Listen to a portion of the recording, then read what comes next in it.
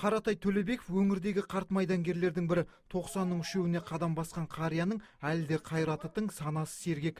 Бәйдібек ауданының тумасы 18 жасында соғысқа аттанып, екінші Прибалтика майданындағы ұрыстарға қатысты. Отан үшін көкірегін оққа тосып, жаумен жан берсе арпалысты. Көрсеткен ерліктері үшін бірнеше медальдармен марапатталды.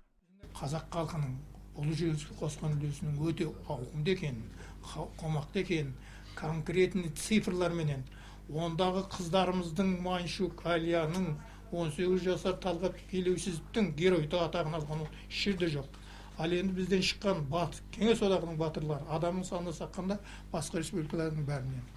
Ардагер жары қымбат Бердалиева мен бүгінде 4 перзент тәрбиелеп, 8 немере сүйіп отырған бақытты жандар тұңғыш президент күні қарсаңында өңір басшысы қарияның шаңырағына арнайы келіп, елбасының атына мерекемен құттықтады. Ұзақ ғұмыр тілеп, сый-сияпат жасады. Көңілі марқайған ақсақал елбасының еңбегін жоғары бағалайтындығын жеткізді.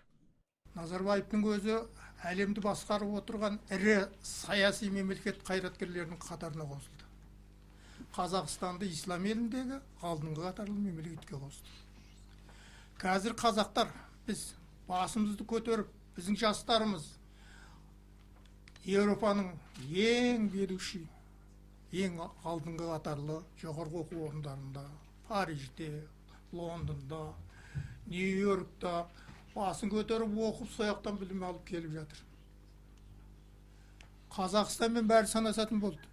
Жылы жүздесу барысында облыс әкімі Бейбіт Атамқұлов қарт майдангерге мемлекет тарапынан барлық жақсылықтар жасалып жатқандығын, алдағы уақытта да жасала беретіндігін айтты. Өйткені есті ұрпақ қашанда ерлікті бағалай білген. Жанболат Мелсұлы, Адыл Самалиев, Сұлтан Бақытжанұлы, ТВК телеарнасы.